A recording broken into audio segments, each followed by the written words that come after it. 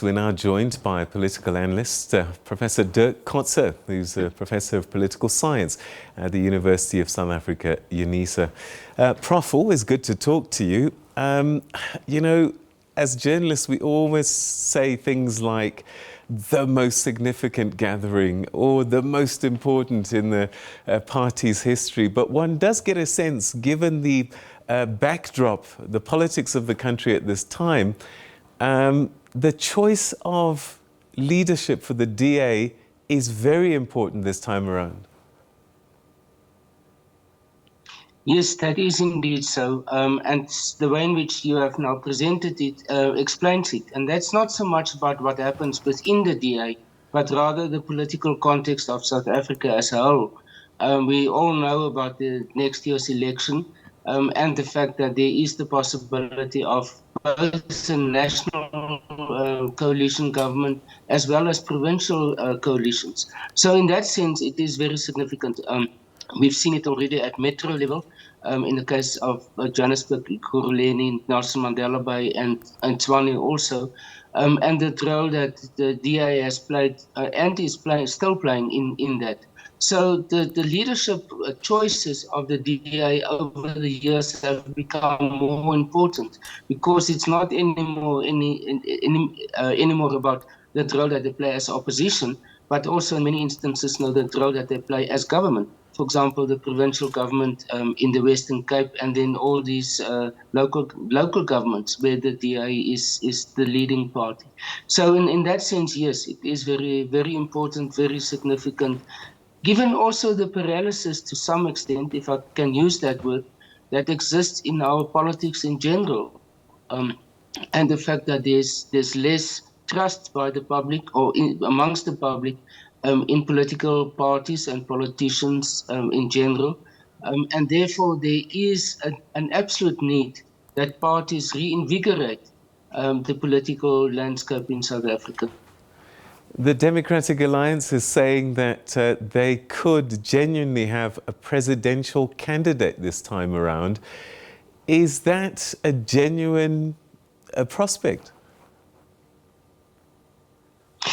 Theoretically, yes, but practically, well, that's maybe something different. In terms of just what I've explained now, there is the potential that the DA can become the leading party in a national coalition, but that will depend on many things, and it will depend on whether they will be able to increase their support, which at this stage is not very evident, as well as that the ANC must lose dramatically in terms of their vote below 40%, for example, which is also not necessarily completely evident at this point in time. So there's a lot of ifs before we can really talk about that is on the cards for the DA.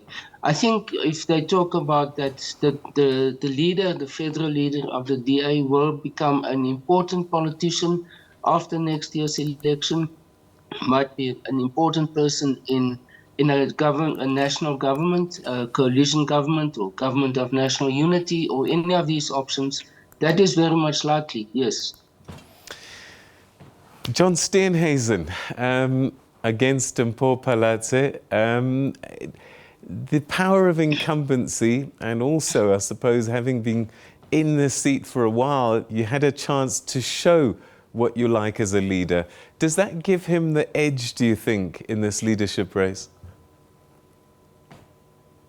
At the moment, yes. I think what many people are saying that he was a very good national chief whip of the DA, but he hasn't been at the same level when he became the federal leader of the DA. He didn't meet the same sort of expectations that were there. He came obviously at a very difficult time immediately after Mmusi Maimane. And the party had to be stabilized first because it was to some extent in decline in terms of membership that it lost to both the left as well as the right amongst them.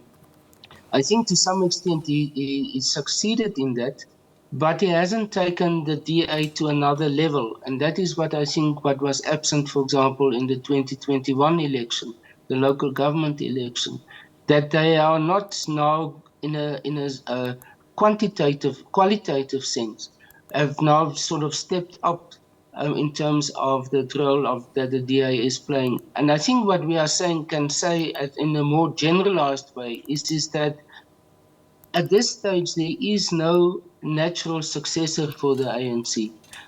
There's a number of parties that are in the pipeline.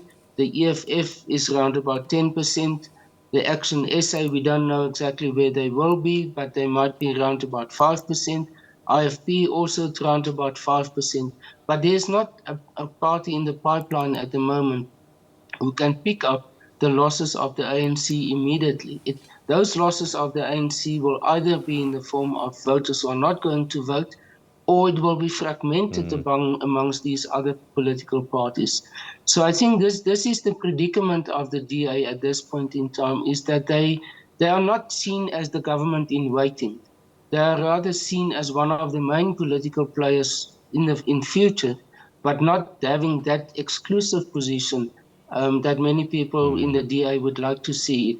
And I think this is where the leadership issue comes in, is that, and this is where this Congress might play a role, although I'm not exactly convinced that it will be able to do it, is to start to reconceptualize the DA for the future, to redefine it as that dominant alternative party in future. Redefinition, part of it is the look, isn't it? And I just wonder, one just doesn't see enough black faces sitting on the podium in very senior positions. And this is something that, I don't know, they struggle with for some reason. So if Steenhuisen wins, does it make it harder for them for this redefinition? I think, yes, it will be. You know, I think one of the problems of the DA is that there are very senior black persons in the DA in senior positions. One good example is the one who just left now, Gwen Ngwenya, who was the head of policy, a very excellent person. She did very good work as the head of policy, but she never occupied the national position. She never became part of the national political debate. And I think this is one of the shortcomings in the party. The same with someone like Refilwe Nteki, who is one of the deputy federal chairpersons. And for quite some time also very prominent in Gauteng. But again, the public doesn't know much about her. So I think this is one of the key shortcomings in the DA is that they don't, if you want to use the word, showcase their members well enough.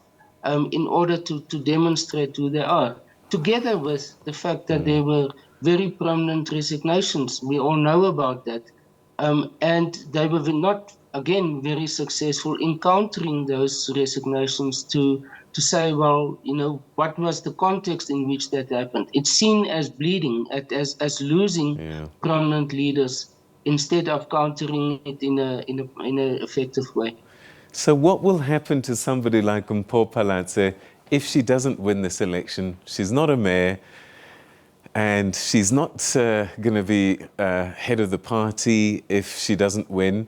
What then happens? Is this potentially another person who's going to feel a little out of the picture and then say, I'm leaving? Well, we all don't know. And I think she keeps her card very close to herself. She obviously hasn't said anything about that. But that is one of the risks for the DA. I think what is possibly, from a party political, internal DA point of view, counting against her, is that she hasn't played or hasn't occupied any prominent position in the DA as a party. We all know she has been the Johannesburg mayor and played in that sense a very prominent role.